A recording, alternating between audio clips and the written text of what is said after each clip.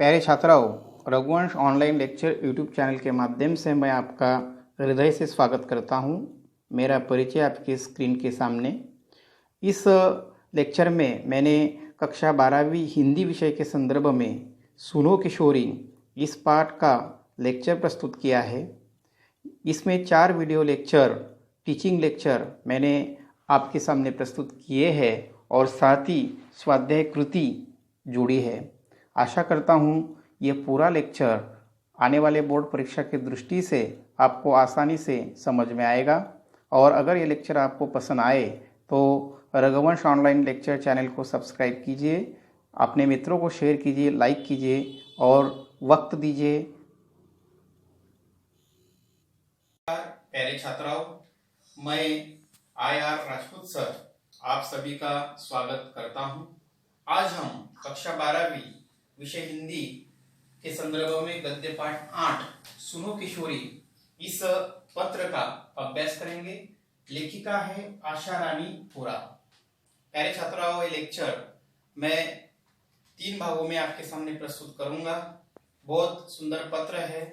विशेषतः हमारे कक्षा में जो किशोरियां है, युवतियां है, उनके जीवन से जुड़े यह जो कुछ प्रश्न है इस पत्र में उठाया है और इसके बारे में चर्चा होगी। तो पहले प्रकट वाचन कर और उसका जो सारांश है, महत्वपूर्ण भाग, वह मैं आपके सामने स्पष्टीकरण के रूप में रखूंगा। तो हम पहले इस लेक्चर के पहले भाग में हम जायजा लेंगे। पहला जो भाग है लेखिका परिचय। तो आशा रानी होरा जी का जो जन्म है, जो आज पाकिस्तान में स्थित है, ऐसे झेलम जिले में जन्म 7 अप्रैल 1921 में हुआ, जो एक अखंड भारत में उबाल आता था। और अब उनके कार्यशैली के बारे में, उनके साहित्य के बारे में अगर हम चर्चा करें तो लेखिका अलग प्रसिद्ध पत्रिकाओं में अपना लेख लिख चुकी है। उनका लेखन का जो विषय है वह है नारी जीवन। नारी जीवन की विभिन्न समस्याएं उन्होंने अपने लेख के माध्यम से प्रस्तुत किया है। उनका जो आदर्श है वह अगर हम जायजा ले, लेखन का जो सूत्र है उसके बारे में देखें तो महिलाओं की जीवन की संघर्ष गाथा प्रमुखता से उन्होंने अपने लेखन को विषय बनाया कि ऐसे समाज में जितने भी विभिन्न महिलाएं हैं, वह जिस परिस्थिति से जूझती है, जिस परिस्थितियों से संघर्ष करती है, उनका चित्रण लेखिका ने सामने रखा। और नारी जीवन के सम्मुख एक ऐसी महिलाओं का आदर्श रखना जो हमेशा प्रेरणा देने वाली है। ऐसे ही आदर्श महिलाओं का चित्रण लेखिका आशा रानी होरा जी ने यहाँ पर किया है।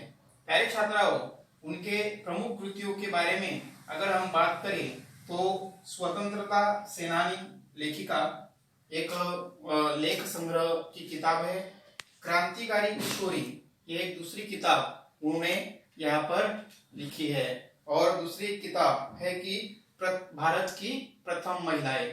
तो इस तरह 3 किताबों के माध्यम से उन्होंने नारी जगत और नारी जीवन से जुड़े अलग अलग अंश का चित्रण, अलग अलग समस्याओं का, अलग अलग परिवेश का चित्रण यहाँ पर किया है। प्यारे छात्राओं, अगर हम विधा परिचय के बारे में सोचेंगे तो यह जो है सुनो किशोरी, यह पत्र विधा है। जाने माने जो साहित्यिक है उन्होंने पत्र विधा को साहित्यिक रूप दिया है। पत्र मतलब किसी अपने परिजनों को या किसी अपने जान पहचान वाले व्यक्ति को पत्र लिखना। औपचारिक पत्र अलग बात है, लेकिन साहित्यिक पत्र में साहित्यिक मूल्य होता है। तो यहाँ पर इन पत्रों के द्वारा जाने माने साहित्यिक, राजनीतिक एवं विचारवंत अपने घर के सदस्यों को पत्र लिखकर तत्कालीन सामाजिक स्थिति की, सांस्कृतिक स्थिति की और राजकीय स्थिति की चित्रणों के बारे में, परिस्थितियों के बारे में अवगत कराते हैं। सांस्कृतिक मूल्य का क्या है, सामाजिक स्थिति क्या है, यह पत्र के माध्यम से उसका परिचय होता है। और इस पत्र विधा के, इस साहित्य विधा में एक साहित्यिक कलात्मक पक्ष को रखा जाता है। भाषा बिल्कुल सरल होती है और उपदेशात्मक शैली इसमें आती है। तो इस तरह मैंने विधा का परिचय आपके सामने रखा है। अब हम पाठ परिचय के संदर्भ में यहाँ पर जाएंगे और पाठ परिचय में हम देखेंगे कि किस तरह पाठ परिचय में किस तरह नारी जीवन का एक चित्रण यहाँ पर किया है। विशेषतः किशोरी अवस्था की जो युवतियां है, जिसकी उम्र जो आज 12वीं कक्षा में स्थित है, प्रवेश उन्होंने लिया है, और 18 वर्ष जिसकी उम्र है, 19-20 वर्ष तक इसकी उम्र का समावेश किशोरी अवस्था में होता है। ऐसे अपरिपक्व किशोरियों को उपदेश कराने हेतु यह सुनो किशोरी पत्र लिखा गया है। तो यहाँ पर लेखिका माँ के अंतरंग के हिसाब से, लेखिका स्वयं एक माँ है ऐसी कल्पना यहाँ पर की है, स्वयं एक सहेली है और स्वयं एक मार्गदर्शिका है, और इस हेतु से ये पत्र यहाँ पर लिखा है।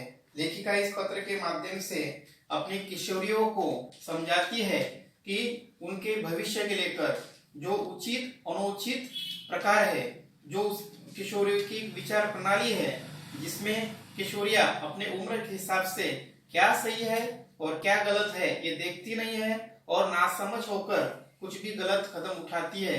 तो ऐसी स्थितियों को आशा रानी वोरा जी ने अवगत कराया है।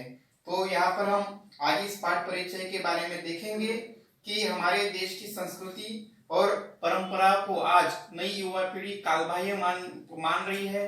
हमारी जो पुरातन रूढ़ियां है उसे अलग थलग करना चाहती है और पाश्चात्य जो विचार है, पाश्चात्य जो परंपरा है, उसके अनुकरण में स्वयं के जीवन दृष्टि को बदलना चाहती है। यहाँ पर मान्य है कि हमारे जो भारत देश का जो कायदा है उसमें यहाँ पर आपको स्वतंत्रता दी है। 18 वर्ष के बाद आप स्वतंत्र हो अलग अलग प्रकार के विचार एवं कृति करने के लिए। ये जो हमारे कानून का जो संरक्षण है वो दिया गया है। फिर भी स्वयं आत्मनिर्भर बनकर ऐसा विवेकहीनता में कुछ गलत कदम न उठाए और जिस गलत कदम के संदर्भ में स्वयं के जीवन की बर्बादी हो सके, इस स्थिति को भी इस पत्र में अवगत कराया है। तो इस तरह एक पाठ परिचय एक सरल शब्द में आपके सामने रखा है। एक माँ की भूमिका में लेखिका किशोरियों को मार्गदर्शन करती है। इस पूरे पत्र में 2-3 समस्याएं उठाई है। इनमें एक महत्व के ऊपर प्रकाश डाला है कि हमारी भारतीय संस्कृति की जो भी पुरातन रूढ़ियां है उसे हमें स्वीकारना है, भले ही थोड़ा तोड़ मोड़ कर नए परंपरा में डालकर उसका हमें अगर स्वीकार करना पड़े तो हमारे जीवन के लिए, हमारी संस्कृति के लिए, हमारे समाज के हित के लिए वो अच्छा है। और दूसरी एक समस्या यहाँ पर है किशोरियों की। जो किशोरियां आज स्वतंत्र है विचारों से, कृति से, उन्हें लगता है कि मुझे जो लगता होगा, किशोरों के मतों का ख्याल रखे और मतानुसार वे अपने अलग अलग करियर के बारे में सोचते हैं, वो अपने परिवार के बारे में सोचते हैं। जहां तक यहाँ पर एक समस्या ली गई है प्रेम विवाह की समस्या, सोच समझ से पले होकर यहाँ पर अल्लड़ बुद्धि में वह ऐसे साथी को अपना दोस्त बनाती है और अपना जीवन सौंप देती है। तो आजकल कम उम्र में जो प्रेम विवाह की समस्या है, अंतरजातीय विवाह की समस्या है, अंतरधर्मीय विवाह की समस्या है, इसके ऊपर भी जोर डाला गया है। आजकल की किशोरियां या युवा, ये केवल किशोरियों से संबोधन नहीं है, तो आज जो युवक है उन्हें भी ये संबोधन है कि घर के परिवार के सदस्यों का वे ख्याल नहीं रखते, उनके पास विनम्रता नहीं होती। परिवार के माँ बाप और वे स्वयं, इसमें दो उम्र के हिसाब से अंतर तो होगा, लेकिन उन्हें ऐसा लगता है कि परिवार के माँ बाप हमारे ख्यालों का उचित आदर नहीं रखते हैं। फिर भी हमारे परिवार के जो सदस्य हैं हमारे हित के लिए सोचते हैं। परिवार को मिलकर अलग अलग प्रकार के निर्णय हमें लेना पड़ता है। तो इस तरह प्रेम विवाह, अंतरजातीय विवाह, गलत कदम, गलत संस्कारों के कारण करियर जो है किशोरियों का या युवाओं का वो बर्बाद होता है। इसके ऊपर ये समस्या यहाँ पर डाली है। मैं इस पहले भाग में अब प्रकट वाचन करूंगा और महत्वपूर्ण भागों पर प्रकाश हम यहाँ पर डालेंगे। यहाँ पर लेखिका लिखती है पत्र के माध्यम से, सुनो सुगंधा, तुम्हारा पत्र पाकर खुशी हुई। तुमने दो तरफा अधिकार की बात उठाई है, वह पसंद आई। बेशक जहां जिस बात से तुम्हारी असहमति हो वहां तुम्हें अपनी बात मुझे समझाने का पूरा अधिकार है। मुझे खुशी होगी तुम्हारी इस अधिकार प्रयोग पर। इससे राह खुलेगी और खुलती जाएगी। जहां कहीं कुछ रुकती दिखाई देगी वहां भी परस्पर आदान प्रदान से राह निकल आए जाएगी। अपनी अपनी बात कहने सुनने में बंधन या संकोच कैसा? तो पहले पैराग्राफ में लेखिका यहाँ पर कहती है, यह सुगंधा को लिखा हुआ पत्र है, जो माँ की भूमिका में लिखा गया एक बेटी को पत्र है। कहती है, निश्चित सुगंधा बहुत सारे विषयों पर तुम असहमति जताओगी, लेकिन इसका एक मध्य मार्ग हमें निकालना है। तुम्हारे असहमति को मैं उचित सम्मान रखती हूँ, क्योंकि तुम्हें जो पसंद नहीं आया शायद उससे मार्ग निकलेगा, उसका भी मैं स्वीकार करती हूँ, लेकिन कुछ एक रास्ता हमें निकालना है, ये हमें यहाँ पर करना है। मेरे अधिकार के बातों के माध्यम से मैं कहना चाहती हूँ कि तुम्हारे बातों का सम्मान है, लेकिन हमारे विचारों के आदान प्रदान से कोई रास्ता हमें निकालना है, जहां तक तुम्हारा ही जीवन दृष्टिकोण बदले और मेरा जो मत है, मेरी जो राय है वह भी उसका सम्मान हो। यह तो विचारों के आदान प्रदान के बारे में यहाँ पर ये पहला पैराग्राफ है। आगे हम बढ़ेंगे। मैंने तो अधिकार की बात यूं ही पूछी थी कि मैं उस बेटी की माँ हूँ जो जीवन में ऊंचा उठने के लिए बड़े ऊंचे सपने देखती है। आकाश में अपने छोटे छोटे डैनों को चौड़े फैलाकर मैं एक ऐसी सुगंधा नामक लड़की की माँ हूँ जो मुझे बेटी का ख्याल है, बेटी के ऊंचे उड़ानों का भी ख्याल है। यहाँ पर एक शब्द आया है डैना, मतलब पंख। तुम एक ऐसे पंछी हो जो ऊंचे आसमान में उड़ना चाहती हो, पंख फैलाना चाहती हूँ। मुझे आनंद है, खुशियां है कि मेरी बेटी इस समाज में उसके भविष्य के लोग और उसके जीवन के बारे में इतना स्वतंत्र सोचती है। मुझे तुम्हारा ख्याल है। इस तरह की बात इस पैराग्राफ में आती है। धरती से बहुत ऊंचाई में फैले इन डौने को यथार्थ से दूर समझकर मैं भी काटना नहीं चाहती। ऊंचे उड़ान तुम्हारे भविष्य के फ्यूचर के बारे में तुम कर सकती हो, मैं इसे काटना नहीं चाहती। मैं तुम्हारी स्वतंत्रता का सम्मान करती हूँ, केवल उनकी डोर मजबूत करना चाहती हूँ। अपनी किसी ऊंची उड़ान में वे लड़खड़ा न जाए। मेरे हाथ में केवल तुम्हारी डोर होगी। तुम धरती से जुड़े रहे, तुम परिवार से कैसे जुड़े रहे, इस बात का मैं निश्चित ख्याल करूंगी। तुम ऊंचे उड़ान निश्चित लो, लेकिन जो डोर है मेरे हाथ में होनी चाहिए। आगे लिखती है लेखिका पत्र में, प्यारे छात्राओं, इसलिए कहना चाहती हूँ कि उड़ो बेटी उड़ो, पर धरती पर निगाह रखकर। कहीं ऐसा न हो कि धरती से जुड़ी डोर कट जाए और किसी अनजाने अवांछित स्थल पर गिरकर डैने क्षत विक्षत हो जाए। ऐसा नहीं होगा, क्योंकि तुम एक समझदार लड़की हो, फिर भी सावधानी तो अपेक्षित है। तुम्हारा ख्याल का सम्मान है, तुम्हें उड़ना है, लेकिन सोच समझकर। तुम्हारी निगाह कहाँ पर होनी चाहिए? धरती पर। तुम्हारा यथार्थ से जुड़ा तुम्हारा रिश्ता होना चाहिए। निगाह धरती पर रखना, एक मुहावरा यहाँ पर आ सकता है, मतलब हमें वास्तविकता से जुड़ना है। बल्कि इस स्वतंत्रता के कारण अगर तुम धरती से अलग हो गई तो केवल तुम्हारा नुकसान नहीं है, हमारे परिवार का भी नुकसान है।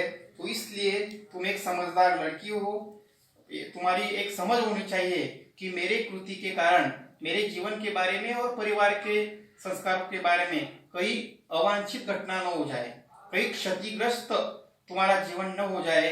इस तरह की बात यहाँ पर शब्द आया है अवांछित। अवांछित का मतलब है इच्छा न होना, इच्छा, अमर्यादित इच्छा होना।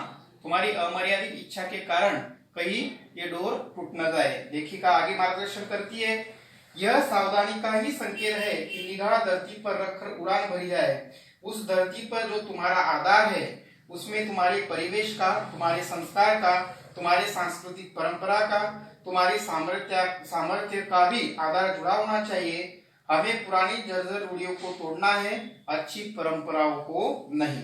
तुम्हारा आधार क्या है? एक कृति पत्रिका में एक सवाल यहाँ पर आएगा कि सुगंधा तुम्हारा आधार क्या है? तो तुम्हारा आधार क्या होना चाहिए? संस्कार, सांस्कृतिक परंपरा, सामर्थ्य और परिवेश। परिवेश मतलब हमारा परिवार जिस परिवेश में, जिस स्थिति में रहता है, जिस परिसर में रहता है, उस परिवार के रूढ़ियों के बारे में, वर्तन के बारे में चिंता करो, संस्कारों के बारे में चिंता करो। और आगे बात कहती है कि तुम्हारा सामर्थ्य, तुम्हें ऊंचा उड़ना है और हमारे समाज में जितनी भी जर्जर रूढ़ियां है उसको तोड़ना भी है, लेकिन अच्छी परंपराओं को बरकरार रखना है। तो प्यारे छात्राओं, इस पत्र की शुरुआत मैंने यहाँ पर की है। पत्र सुगंधा को लिखा गया है और पत्र में आशा रानी ओरा जी मार्गदर्शन प्रस्तुत करती है। सुगंधा को कहती है कि तुम्हारे विचारों का आदर है, लेकिन तुम्हारा विचार, तुम्हारी कृति धरती से जुड़ी हो, संस्कार से जुड़ी हो, सांस्कृतिक परंपरा से जुड़ी हो। जर्जर रूढ़ी को तोड़ना भी है, लेकिन परंपरा को हमें बरकरार रखना है। तो इस तरह पहले भाग में हमने परिचय, लेखिका परिचय, उनकी प्रमुख कृतियां, पाठ परिचय, विधा परिचय और इस सब पत्र की शुरुआत की है। आशा करता हूं एकाग्रता से साथ ये जो लेक्चर है ये आप सुनिए। यह लेक्चर में जितने भी स्पष्टीकरण दिए गए उनसे हमारी कृति प्रश्न भी तैयार होंगे। आगे हम मिलेंगे दूसरे लेक्चर में। धन्यवाद। प्यारे छात्राओं, आज हम सुनो किशोरी इस पत्र के दूसरे भाग का अध्ययन करेंगे, अभ्यास करेंगे। प्यारे छात्राओं, पहले भाग में मैंने इस पत्र विधा का परिचय और पाठ का परिचय आपके सामने रखा और पाठ की शुरुआत करते हुए किस तरह स्वयं आशा रानी ओरा जी अपने माँ की भूमिका से अपने बेटी सुगंधा को समझाती है, चाहे उनकी परिवार की बेटी न हो, फिर भी एक यहाँ पर शुरुआत की, पत्र लेखन की कल्पना की है कि किस तरह आज किशोरियों को समझाना जरूरी है। छात्राओं, यहाँ पर दो पीढ़ियों का अंतर दर्शाया गया है और दो पीढ़ियों की इस भेद के कारण बहुत सारे झगड़े, बहुत सारे विवाद होते हैं। लड़के लड़कियों को लगता है कि हमें विश्व में ऊंची उड़ान भरना है, हमारी एक व्यक्तिगत स्वतंत्रता हो, लेकिन और परिवार के जो पुरानी पीढ़ी है वो सोचती है कि लड़का हो या लड़की वह हमारी सुने, एक मत से वह आगे जीवन निर्वाह करे और इस तरह असहमति का वातावरण बनता है। यहाँ तक हम आए थे और आगे चलकर लेखिका समझाती है कि रूढ़ी और परंपरा में क्या अंतर है। अगर तुम्हें परंपरा और रूढ़ी के बारे में जानना है, सांस्कृतिक हमारे नीति मूल्यों के बारे में जानना है, हमारी संस्कृति कैसे बनी है, तो आपको संस्कृति के ऊपर लिखे गए साहित्य को पढ़ना है। यहाँ पर सुगंधा को लेखिका बताती है कि तुम पुस्तकालय जाओ और वहां पर संस्कृति के ऊपर, ढांचे के ऊपर जो जो किताबें लिखी है उसका अध्ययन करो। और बाद में लेखिका समझाती है कि किस तरह रूढ़ी और परंपरा में अंतर है। परिच्छेद का वाचन मैं आपके सामने प्रस्तुत करूंगा और जो सारांश है उसके संदर्भ में यहाँ पर बताऊंगा। तो हम आए थे कि इस पाठ का जो ढांचा है वह नए मूल्यों को भारतीय संस्कृति और परंपरा में समाहित होकर स्वीकारना। तो भी नए मूल्य आए हैं जो पाश्चिमात्य मूल्य होंगे, हमारे भारत में ही काल के अनुसार, समय के अनुसार बने हुए कोई नए मूल्य, उसे हमें संस्कृति के आधार पर समाहित करना है। केवल 100% हमें नए मूल्य स्वीकार कर ढांचा नहीं बदलना है। तो यह लेखिका का जो इस पत्र का जो आधार है पुराने और नए मूल्य के संघर्ष में, तो यहाँ पर एक समन्वय की बात आती है। तो लेखिका माँ की भूमिका से बेटी के रूप में सुगंधा को मार्गदर्शन करती है, मैंने पहले बताया। और इस पूरे पाठ में विचारों का आदान प्रदान कर मध्य मार्ग निकालना, यह एक पाठ का एक उद्देश्य भी है कि दोनों पीढ़ियों का आदान प्रदान हो और ये जो झगड़ा है, विवाद है, जिससे नई पीढ़ी का नुकसान होगा, इससे कैसे बचा जाए, ये भी यहाँ पर बताया। आगे हम देखेंगे कि अगला जो भाग है, बदले वक्त के साथ बदलते समय के नए मूल्यों को भी पहचान कर हमें अपनाना है। पर यहाँ पहचान शब्दों को रेखांकित करो, बिना समझे, बिना पहचाने कुछ भी नया अपनाने से लाभ के बजाय हानि उठानी पड़ सकती है। तो कुछ नया हमें स्वीकारना है, तो यहाँ पर पहचान जरूरी है। जब भी कोई नए का आक्रमण हम पर होता है, चाहे वो भौतिक साधन संपत्ति क्यों न हो और चाहे वो कोई परिवेश हो, तो यहाँ पर हमें पहचानना है, आइडेंटिफिकेशन करना है और तब जाकर हमें वो स्वीकारना है। अगर बिना पहचान के अगर उस वस्तु को या उस मूल्यों को हमने अपना लिया तो हमारा जो ढांचा है वह गिर सकता है और हमारी जो परंपरा है वह कमजोर हो सकती है, हमें हमारी हानि हो सकती है। तो इस तरह की बात यहाँ पर रखी है। यहाँ पर एक कृति पत्रिका भी आपको यहाँ पर आएगी, कृति युक्त प्रश्न आएगा कि पहचान शब्द के बारे में लेखिका की राय। तो पहचान शब्द के बारे में लेखिका क्या कहना चाहती है, उनकी राय क्या है, तो इसके आधार पर आपको जवाब ढूंढने होंगे। आगे, पश्चिमी दुनिया का हर मूल्य हमारे लिए नए मूल्य का पर्याय नहीं हो सकता। हमारे बहुत से पुराने मूल्य अब इतने टूट फूट गए हैं कि उन्हें भी जैसे तैसे जोड़कर खड़ा करने का मतलब होगा अपने आधार को कमजोर बनाना, या यूं भी कह सकते हैं कि अपनी अच्छी परंपराओं को रूढ़ी में डालना। तो यहाँ पर लेखिका हमें मार्गदर्शन करती है पत्र के माध्यम से, पश्चिमी जो भी मूल्य है वह हम वैसे के वैसे हमारे देश में, संस्कृति में अमल नहीं कर सकते, या उस मूल्य को जोड़ तोड़ कर हमारे जो पुराने मूल्य है उसे तोड़ फोड़ कर ये भी बदलाव हम नहीं कर सकते। इससे हमारा क्या होगा, नुकसान होगा। अगर हमने जोड़ तोड़ कर ऐसे मूल्य खड़े किए या पुराने मूल्यों को खड़ा करना चाहा तो हमारी आधार की नींव गिर सकती है, हमारी संस्कृति का ढांचा भी गिर सकता है। अनेक प्रकार के मूल्य है, जैसे कि हम प्राचीन भारत में हम देखते हैं तो यहाँ पर कुटुंब परंपरा मजबूत थी, यहाँ पर पुरुष शासक सत्ता थी और पुरुष शासक सत्ता के कारण पुरुष जो कहते थे वही सदस्य को सुनना पड़ता था। इस तरह का यहाँ पर बदलाव आज आ गया है भारत की स्वतंत्रता के बाद। आज समानता, आज स्वातंत्र्य, आज जो बोलने की अभिव्यक्ति है, इस तरह के अनेक प्रकार के जो नए नए मूल्य है वह आ गए हैं। और अभिव्यक्ति स्वातंत्र्य तो क्या कहना, आज हम समाचार पत्र में देखते हैं अलग अलग प्रकार के विचारों की चर्चा होती है, तो इस पर कोई भी बंधन यहाँ पर नहीं है। फिर भी नया और पुराना ऐसे जोड़ तोड़कर हमें खड़ा नहीं करना है।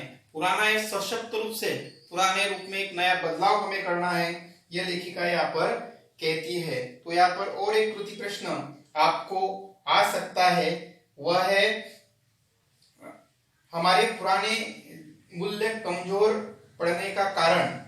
यह जो है कारण लिखो, इसमें आपको यह उत्तर ये जो है ढूंढना पड़ेगा। तो इस तरह हम ये जो कृति प्रश्न है इस पैराग्राफ में दे सकते हैं। हम आगे बढ़ेंगे। समय के साथ अपना अर्थ खो चुकी या वर्तमान प्रगतिशील समाज को पीछे ले जाने वाली समाज की कोई भी रीति नीति रूढ़ी है समय के साथ अनुपयोगी हो गए मूल्यों को छोड़ती और उपयोगी मूल्यों को जोड़ती निरंतर बहती धारा परंपरा है जो रूढ़ी की तरह स्थिर नहीं हो सकती। प्यारे छात्राओं, ये महत्वपूर्ण पैराग्राफ है। रूढ़ी और परंपरा, इसमें क्या अंतर है? रूढ़ी का अंतर यहाँ पर लेखिका बताती है कि रूढ़ी जो है कभी बदलती नहीं, वह समय के साथ पुराने रूप में ही असर करती है और प्रगतिशील समाज को पीछे खींचती है, उनमें अटकाव कर उनमें रोड़ा डालती है। इसे रूढ़ी बोलते हैं। और परंपरा के बारे में लेखिका यहाँ पर कहती है कि समय के साथ अनुपयोगी हो जाए ऐसे मूल्यों को छोड़ती है और निरंतर नए मूल्यों को जोड़ती है। निरंतर नए मूल्यों को जोड़ने वाली जो धारा है उसे परंपरा कहते हैं। रूढ़ी स्थिर है, परंपरा में बदलाव है। तो एक कृति यहाँ पर पाठ के नीचे दी है कि रूढ़ी और परंपरा में अंतर क्या है। अब देखें रूढ़ी के बारे में, तो बाल विवाह जो मध्ययुगीन काल में, या हम जाएंगे 50-100 वर्ष पीछे, तो हमारे देश में जब भी स्वतंत्रता प्राप्त हुई थी बाल विवाह की समस्या थी, अलग प्रकार के अंधविश्वास थे, तो ये सब रूढ़ियां चलती आ रही थी। और बाल विवाह में हम देखते हैं कि छोटे उम्र में भी बच्चों की शादी की जाती थी। वैसे अंतर पड़ा, काल गया, समय बीतता गया और उस रूढ़ी में परंपरा के ढांचे के अनुरूप बदलाव परंपरा ने किया है। परंपरा में बदलाव है, रूढ़ी में बदलाव नहीं है। यह हमें ध्यान करने योग्य बात यहाँ पर समझनी है प्यारे छात्राओं। आगे बढ़ेंगे तो रूढ़ी और परंपरा का भेद आगे भी पैराग्राफ में जारी है। यही अंतर है दोनों में, रूढ़ी स्थिर है, परंपरा निरंतर गतिशील है, वो बदलती है। जैसे पानी की बहती धारा जाती आगे, अलग अलग प्रकार के मोड़ आते हैं, उस मोड़ को चीरकर धारा अपना रास्ता बनाती है, वैसे परंपरा समय के साथ जाती है। बदलाव परंपरा में आवश्यक है। एक निरंतर बहता निर्मल प्रवाह जो हर सड़ी गली रूढ़ी को किनारे फेंकता और हर भीतरी बाहरी देशी विदेशी उपयोगी मूल्यों को अपने में समेटता चलता है। तो परंपरा रूढ़ी के बारे में यहाँ पर कही हुई बात है कि परंपरा क्या करती है, तो अपने प्रवाह के अनुरूप जो भी सड़ी गली रूढ़ी है, जो पुरानी लगती है, जिनमें शोषण है, जिनमें अन्य अत्याचार है, ऐसे रूढ़ियों को छोड़ती है। जैसे कि मंदिरों में की बात की जाए कि जाति भेद के नाम पर लोगों को दर्शन के लिए यहाँ पर रोका गया था, तो एक रूढ़ी थी। आज भी कई मंदिर विशिष्ट वर्ग के लिए बंद होते हैं, ये रूढ़ी चलती आ रही है। लेकिन परंपरा में आधुनिकता का स्वीकार होता है। परंपरा कहती है भगवान सभी के लिए है, सभी के मनुष्य के अंश में भगवान बसे हैं, भगवान के सामने सभी समान है। तो यह परंपरा की विचारधारा है। तो परंपरा में बदलाव आवश्यक है। रूढ़ी का एक नया रूप बदलकर परंपरा अपने में समाहित करती है। और दूसरी बात यहाँ पर देशी विदेशी जो भी उपयोगी मूल्य है वह अपने में परंपरा समेटती है। तो थोड़ा वैचारिक बात यहाँ पर रखी है, वैचारिक सिद्धांत की बात आशा रानी बोरा ने रूढ़ी और परंपरा में क्या अंतर है, रूढ़ी और परंपरा के अंतर, ये दोनों तीनों परिचय में हमें समझना है। इसके ऊपर आपको विस्तार से कृति यहाँ पर लिखनी पड़ेगी। आगे लेखिका कहती है कि अपने टूटे फूटे मूल्यों को बरसक जोड़कर खड़ा करने से कोई लाभ नहीं, आज नहीं तो कल वे जर्जर मूल्य बरहरा कर गिरेंगे ही। तो यहाँ पर लेखिका की राय है कि हमें नए मूल्यों को नएपन से स्वीकारना है, लेकिन परंपरा तोड़नी नहीं है। हमारे त्योहार जो मनाते हैं हमारी परंपरा है। अलग अलग प्रकार के व्रत धार्मिक श्रद्धा में आते हैं, यह निभाना भी एक परंपरा है। तो नए तरीके से हमें परंपरा का जो भाग है वह देखना है। आगे देखेंगे जर्जर मतलब वृद्ध अवस्था की ओर, इस तरह का शब्द यहाँ पर आ सकता है। इसी तरह पश्चिमी मूल्य भी जो हमारी धरती के अनुकूल नहीं है, जो के त्यों यहाँ नहीं उगाए जा सकते, उगाएंगे तो वे पौधे फलीभूत नहीं होंगे तो जल्दी झड़ जाएंगे, वे फल हमारे किसी काम के नहीं होंगे। तो पश्चिमी मूल्य अगर हमारे देश में लाए गए तो क्या हो सकता है, तो इसके बारे में भी एक प्रति प्रश्न यहाँ पर आएगा कि पश्चिमी मूल्यों का प्रभाव हमारे देश में क्या हो सकता है। तो इसके संदर्भ में 2-3 वाक्य, जैसे कोई फसल या बीज लाया जाए और पौधा लाया जाए, लेकिन वह फलीभूत नहीं होगा, इसके अच्छे परिणाम नहीं निकलेंगे, वैसे विदेशी मूल्य है।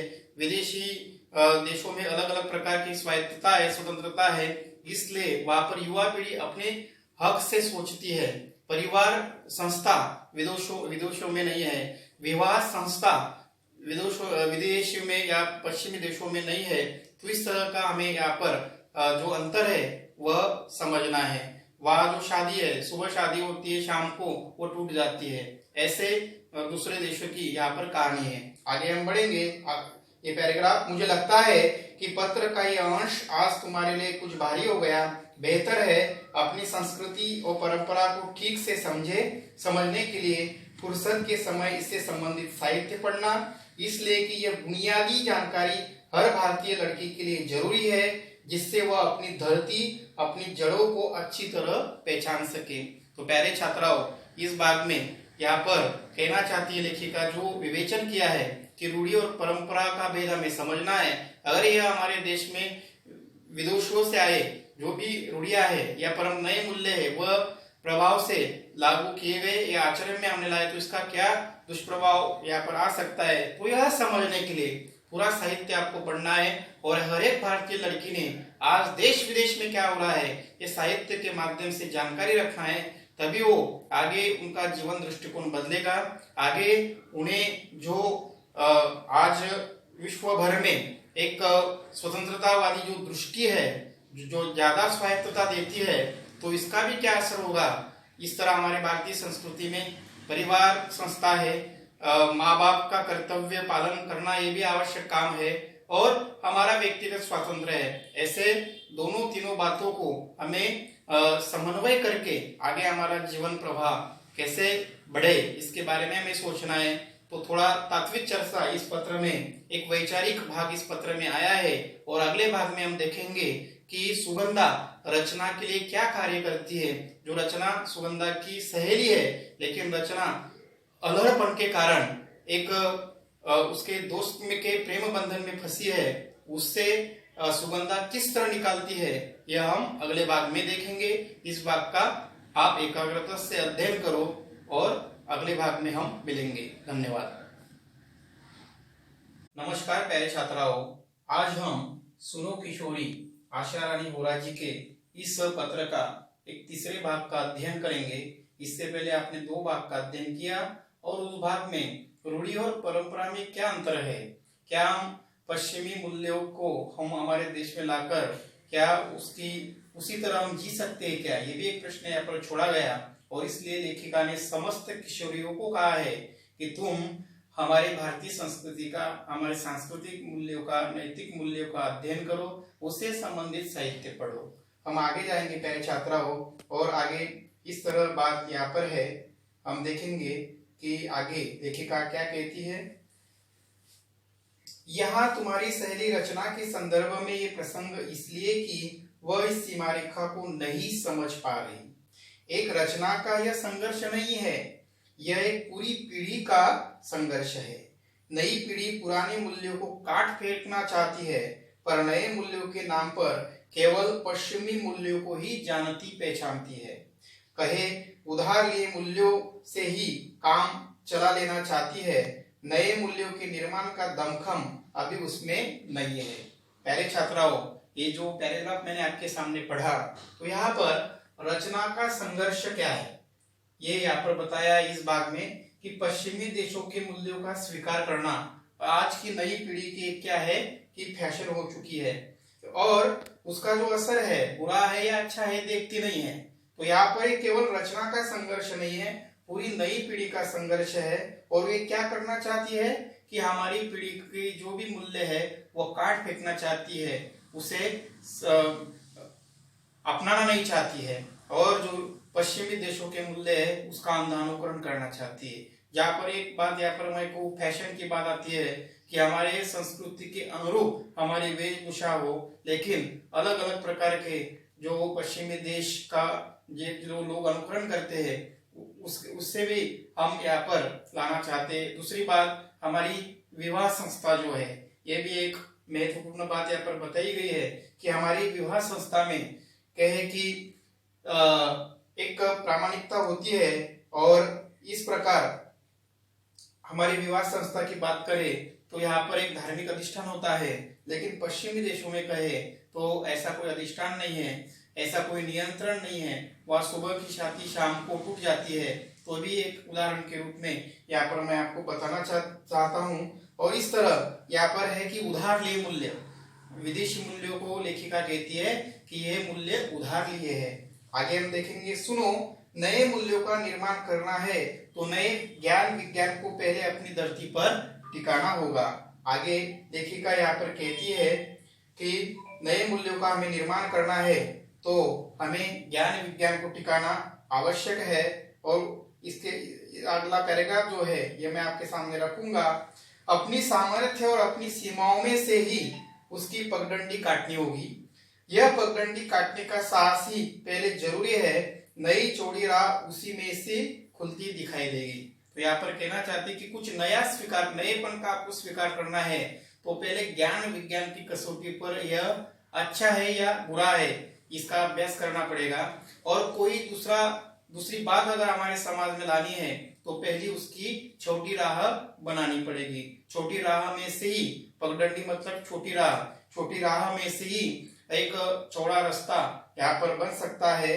और ये बात लेखिका बार बार यहाँ पर समझाती है कि हमें पगडंडी काटने का साहस होना है और नई चौड़ी राह बनाने की भी हिम्मत हमें होनी चाहिए। मतलब केवल एक व्यक्ति का काम नहीं है, एक व्यक्ति के माध्यम से इसकी शुरुआत आप कर सकते हो और पूरा समाज मिलके ऐसे नए मूल्यों का हम स्वीकार यहाँ पर कर सकते हैं। ज्ञान विज्ञान की बात, इसके बारे में मैं उदाहरण देना चाहता हूँ कि जिस तरह के अंधविश्वास को ज्ञान विज्ञान ने काटा है, उस तरह अलग अलग प्रकार के जो भी उदाहरण है ज्ञान विज्ञान के माध्यम से हम हमारे देश में उसको ला सकते हैं। ये भी बात यहाँ पर की है। आगे अगले पैराग्राफ की ओर हम बढ़ेंगे। तुम अपनी सहेली रचना को ये समझाओ कि क्रांति की बड़ी बड़ी बातें करना आसान है, कोई छोटी सी क्रांति भी कर दिखाना कठिन है, और एक ही झटके में यूं टूट हार कर बैठ जाना तो निहायत मूर्खता है। फिर अभी तो वह प्रथम वर्ष के पूर्वार्ध नहीं है, अभी से उसे ऐसा कोई कदम नहीं उठाना चाहिए। जरूरी हो तो सोच समझकर वे अपनी दोस्ती को आगे बढ़ा सकते हैं। तो यहाँ पर समझाया गया है, यहाँ पर रचना की जो अल्लड़ दोस्ती है उसके बारे में यहाँ पर मुद्दा आया है कि रचना जो है अपने कॉलेज के एक उसका जो दोस्त है उससे विवाह संबंध स्थापित करना चाहती है, लेकिन लेखिका आशा रानी वोरा जी कहती है कि अब वह अल्लड़ है और रचना के लिए सुगंधा को क्या काम करना है ये यहाँ पर लेखिका समझाती है। रचना तो अल्लड़ है, इसलिए उसे लगता है कि ऐसी उम्र में अगर मैं शादी का निर्णय लेती हूँ, रचना शादी का निर्णय लेती है तो इसका अल्लड़पन है, लेकिन इसका बुरा परिणाम उसके जीवन में होगा। ये भी यहाँ पर बात समझाई है। एक केवल क्रांति नहीं, ये ना समझती बात है। अगर वह उसे लगता है कि मैं करके दिखाऊंगी, इस तरह का प्रेम विवाह मैं करके दिखाऊंगी, तो इसका जो असर है उसके जीवन में होगा। ये सोच समझकर जो की जाने वाली बात नहीं है, और इस बात को वह लेखिका कहती है कि निहायत मूर्खतापूर्ण बात है, शुद्ध मूर्खतापूर्ण बात है। आगे हम जाएंगे कि कॉलेज जीवन की पूरी अवधि में वे निकट मित्रों की तरह रहकर एक दूसरे को देखे, जाने, जांचे, परखे, एक दूसरे की राह का रोड़ा नहीं, प्रेरणा और ताकत बनकर परस्पर विकास में सहभागी बने।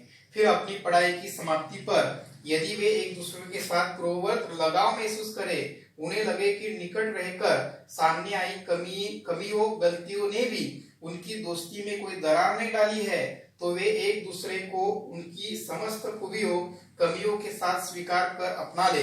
उस स्थिति में की गई यह कथित क्रांति न कठिन होगी न असफल।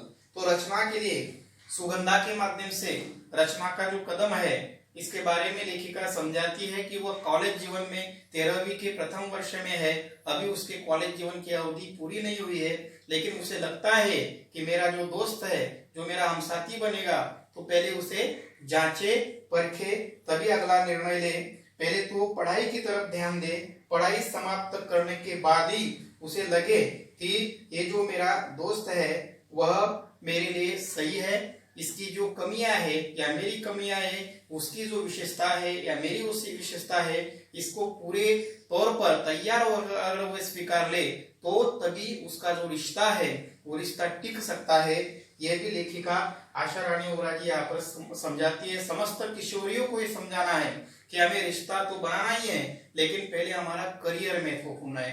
दूसरों से जब हम रिश्ता बनाएंगे तो उससे पहले हमें समझना है, सोचना है क्या वे जो उद्देश्य है दोनों का एक ही है कि नहीं, ये भी हमें यहाँ पर सोचना है, समझना है। तो इस तरह दोनों की दोस्ती में तब दरार नहीं आ सकती जब दोनों जांचे परखे एक आपस में स्वीकार कर ले, तभी उसे क्रांति कहना। तो यहाँ पर क्रांति का अंतर बताया है। केवल ना समझ बनकर कोई गलत कदम उठाना क्रांति नहीं है। यह हम बड़े समाज को दिखा सकते हैं कि हमने देखो कितना हमने पहाड़ उलट दिया है, या कितना हमने पुरुषार्थ किया है कि हमने एक प्रेम विवाह का जो हमारा संकल्प है पूरा किया। भले ही इसका समाज को कोई नुकसान नहीं है, नुकसान तो स्वयं दोनों को उठाना पड़ेगा। आगे हम जाएंगे अगले पैराग्राफ में। मेरी राय में रचना को और उसके दोस्त को तब तक धैर्य से प्रतीक्षा करनी चाहिए, इस बीच वे पूरे जतन के साथ एक दूसरे के लिए स्वयं को तैयार करें। बिना तैयारी के जल्दबाजी में पढ़ाई के बीच में शादी का निर्णय लेना केवल बेवकूफी ही कहा जा सकती है, क्रांति नहीं। ऐसी कथित क्रांति का सफल होना निश्चित ही समझना चाहिए। इतनी जल्दबाजी में तो किसी छोटे से छोटे काम के लिए उठाया गया कोई छोटा कदम भी शायद ही असफल हो। यह तो जिंदगी का अहम फैसला है। तो जिंदगी का, रचना के लिए जिंदगी का अहम फैसला, और ये अहम फैसला कौन सा है, तो सोच समझकर कदम उठाना है। तो इसलिए लेखिका रचना के गलत कदम के बारे में समझाती है सुगंधा को। तो पहले तुम्हें एक दूसरे को स्वीकारना है, परखना है, जांचना है, और पढ़ाई पहले पूर्ण करनी है, तब जाकर शादी का निर्णय लेना है। अगर पढ़ाई बीच में छोड़ दी तो ये बेवकूफी जैसी यहाँ पर बात होगी। तो इस तरह इस तीसरे भाग में हमने 3-4 पैराग्राफ का अध्ययन किया और इसमें समस्त जो मुद्दा है यही है कि रचना की अल्लड़ दोस्ती के कारण या रचना ने जो गलत कदम यहाँ पर उठा रही है इसकी चिंता लेखिका को है और सुगंधा द्वारा ये चिंता समझाती है। ये केवल रचना की चिंता नहीं तो समस्त किशोरियों की चिंता है। हम अगले चौथे भाग में अगर ये जो पत्र का जायजा लेंगे। प्यारे छात्राओं, इसका अध्ययन कीजिए। धन्यवाद।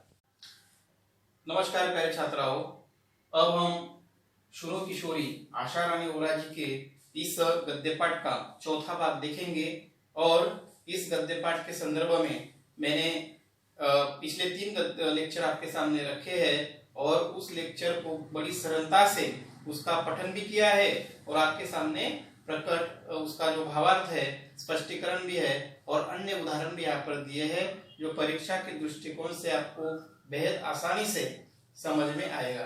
तो यहाँ पर अगला हम मुद्दा देखेंगे कि सुगंधा का रचना के लिए सहेली के नाते किया जाने वाला जो कार्य है यह इस पत्र में महत्वपूर्ण बात रखती है। रचना जो कि सुगंधा की सहेली है लेकिन उसके कॉलेज के दिनों में वह किसी लड़के के प्यार में यहाँ पर उसकी भावनाएं बह जाती है और अपने स्वयं के करियर की दृष्टि से या परिवार के सदस्यों के भावनाओं की दृष्टि से भी वो विचार नहीं करती। तब लेखिका उसे एक मातृत्व के रूप में, एक माता के रूप में, एक मार्गदर्शिका के रूप में समझाती है और आगे समझाते हुए लेखिका कहती है कि मैं समझती हूँ कि रचना की इस मूर्खतापूर्ण क्रांति में उसकी सहायता न करने का तुम्हारा निर्णय एक सही निर्णय है, पर तटस्थ रहना ही काफी नहीं है। यदि रचना सचमुच तुम्हारी प्यारी सहेली है तो उसका हित अहित देखना भी तुम्हारा काम है, उसमें हस्तक्षेप करना भी। तो एक सहेली, एक दोस्त क्या होता है, सहेली क्या होती है, तो एक करीब का रिश्ता होता है। अगर कोई दोस्त गलत कदम उठा रहा हो, अंधानुकरण किसी मूल्य का, किसी बर्ताव का कर रहा हो, तो यहाँ पर एक दोस्त या सहेली को उसे समझाना है।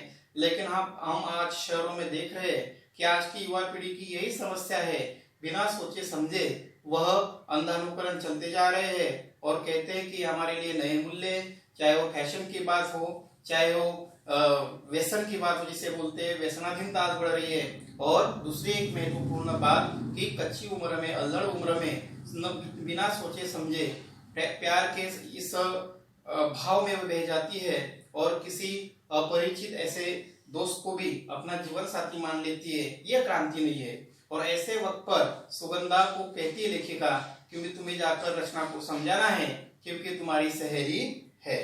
पर रचना के लिए, उसके लिए दोष लेने या उसकी भर्त्सना करने से भी बात नहीं बनेगी, बिगड़ जरूर सकती है। हो सकता है कथित प्यार के जुनून में इसका उल्टा असर हो और तुम्हारी इस बात को वो बुरा मान जाएगी।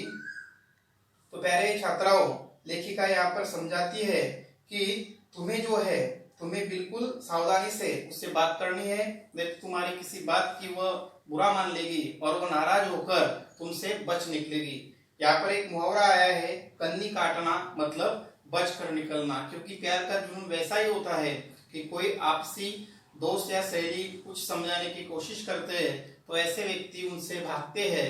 एक जुनून होता है, एक पागलपन होता है। तो तुम्हें सोच समझकर, सूझबूझकर ये बात करनी है। आगे, दोष अकेले रचना का है भी नहीं, दोष उसकी नासमझ उम्र का है, उसके परिवेश का है जिसमें उसे संभल कर चलने के संस्कार नहीं दिए गए हैं। यह उम्र ही ऐसी है, कोई भावुक किशोरी किसी युवक की प्यार भरी मीठी मीठी बातों के बहकाव में आकर उसे अपना सब कुछ समझने लगती है और कच्ची रोमानी भावनाओं में बहकर जल्दबाजी में मूर्खता कर बैठती है। पछतावा उसे तब होता है जब पानी सिर से गुजर चुका होता है। तो यहाँ पर बहुत सुंदर परिचय यहाँ पर एक मार्गदर्शिका के रूप में लेखिका सुगंधा के लिए लिखती है कि ये जो दोष है, पहला दोष तो इसका परिवेश का है। एक स्वाध्याय कृति के रूप में प्रश्न आएगा कि रचना की इस स्थिति के दोष के कारण उसका परिवेश है। दूसरा है कि उसके परिवार में संस्कार नहीं मिले और तीसरा है कि उसके जो उम्र है वो अल्लड़ है और चौथा यहाँ पर प्यारे छात्राओं वह यह है कि उसे परिवार में संस्कार नहीं मिले और उसकी जो अवस्था है वह किशोरी की अवस्था है। यहाँ पर देखो कि किशोरी की भावुकता के लिए जो है, भावुकता में बहने के लिए वह नहीं बहे इसलिए कुछ कदम उठाए गए हैं। तो किशोरी अवस्था में एक नासमझ उम्र की अवस्था होती है, भावनाओं में बहने की उम्र की अवस्था होती है। तो ऐसे वक्त पर कोई मार्गदर्शक, कोई जानकार व्यक्ति उसे संभाले और समझाए, तब उसकी जिंदगी बच सकती है। नहीं तो वक्त निकल गया कि पानी सर से बह चुका होगा, यानी कोई भी उपाय, कोई भी स्थिति अच्छी स्थिति दिखाई नहीं देगी, अच्छा रास्ता दिखाई नहीं देगा। आगे, इस अल्लड़ उम्र में अगर वह लड़की अपने परिवार के स्नेह संरक्षण से मुक्त है, आजादी के नाम पर स्वयं को जरूरत से ज्यादा अहमियत देकर अंतर्मुखी हो गई है, तो उसके फिसलने की संभावना अधिक बढ़ जाती है। अपने में अकेली पड़ गई लड़की जैसे ही किसी लड़के के संपर्क में आती है, उसे अपना हमदर्द समझ बैठती है। उसके बहकने की, उसके कदम भटकने की संभावना और भी बढ़ने लगती है। लगता है अपने परिवार से कटी रचना के साथ ऐसा ही है। यदि सचमुच ऐसा है तो तुम्हें और भी सावधानी से काम लेना होगा, अन्यथा उसे समझाना मुश्किल होगा। उल्टे तुम्हारी दोस्ती में दरार आ सकती है। दो तीन बातें यहाँ पर है। एक तो रचना स्वयं को आजाद महसूस कर रही है और अभिव्यक्ति है, आजादी है, लेकिन ये एक मूर्खता भी है, निहायत मूर्खता है। दूसरी बात यहाँ पर है कि उस रचना का परिवार से जो संपर्क है टूट गया है। तो ऐसी स्थिति में तुम्हें और भी संभल कर कदम रखने होंगे, फूक फूक कर कदम रखने होंगे, तभी वो रचना संभल सकती है। सावधानी से तुम्हें काम लेना होगा, नहीं तो तुम्हारी दोस्ती में दरार यानी मतभेद निर्माण हो सकते हैं। एक अच्छी सहेली के नाते तुम उसकी पारिवारिक पृष्ठभूमि का अध्ययन करो। अगर लगे कि वह अपने परिवार से कटी हुई है तो उसकी इस टूटी कड़ी को जोड़ने का प्रयास करो। जैसे तुम मुझे पत्र लिखती हो, उससे भी कहो वह अपनी माँ को पत्र लिखे, अपने घर की भाई बहनों की बातों में रुचि ले, अपनी समस्याओं पर माँ से खुलकर बात करे, उनसे सलाह ले। तो यहाँ पर मैंने मुद्दा रखा है, लिखा रखा है कि सुगंधा का रचना के लिए सहेली के नाते क्या काम है। तो पहले उसके परिवार का अभ्यास करो। वह परिवार के किसी सदस्य से बात नहीं करती होगी तो उनकी बात करने की कोशिश करो। एक तो रचना माँ से पत्र लिखे और सारी अपनी मन की बात बताए, या घर में कोई भी बड़ा भाई या बहन हो तो उनसे भी बात करवाने की कोशिश करो। आगे वह उपाय जारी है।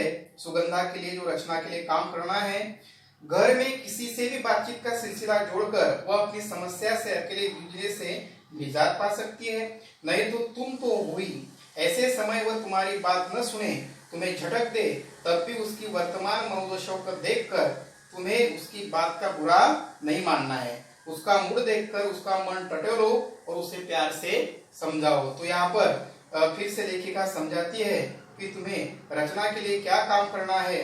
तो लेखिका यहाँ पर समझाती है कि एक सहेली होने के नाते तुम उसकी मनोदशा को समझो। नहीं तो एक राजदार मतलब घर भेदिया, मतलब एक ऐसा व्यक्ति यहाँ पर रचना के लिए काम करने के लिए भेजो जो सारे रहस्य को, घर में किस प्रकार तान तनाव है उस रहस्य को जान सकते हैं। नहीं तो तुम्हें यह काम करना है और तुम करोगी, इस तरह का आत्मविश्वास लेखिका को है। आगे, एक शुभ चिंतक सहेली के नाते ऐसे समय तुम्हें उसे इसलिए अकेला नहीं छोड़ देना है कि वह तुम्हारी बात नहीं सुनती या तुम्हारी बात का बुरा मानती है। तुम साथ छोड़ दोगी तो वह और टूट जाएगी। अकेली पड़कर वह उधर ही जाने के लिए कदम बढ़ा लेगी जिधर जाने से तुम उसे रोकना चाहती हो। यही तुम्हारे धैर्य और संयम की परीक्षा है।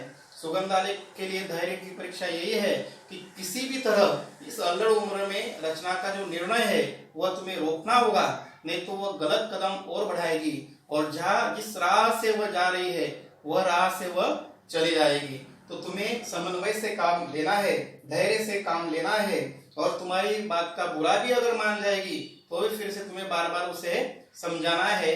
अगला उपाय लेखिका यहाँ पर लिखती है पत्र में, अगर जरूरी समझो तो सहेली के कथित दोस्त व प्रेमी लड़के से भी किसी समय बात कर सकती हो। उसकी मंशा जानकर उससे अपनी सहेली को अवगत करा सकती हो या आगाह कर सकती हो। तो तुम्हें उस लड़के से बात करनी है, उसकी जो इच्छा है वो इच्छा भी तुम टटोलो। यदि तुम्हें लगे कि लड़का निर्दोष है, निश्चल है, अपने प्यार में सच्चा अडिग लगता है, तो दोनों को पढ़ाई के अंत तक प्रतीक्षा करने और तब तक केवल दोस्त बने रहने का परामर्श दे सकती हो। तो लड़का स्वच्छ मन का है, अच्छा व्यक्तित्व का है, तो तुम्हें उसकी इच्छा जानना है और दोनों का साथ वे निभा सकते हैं दोनों ही।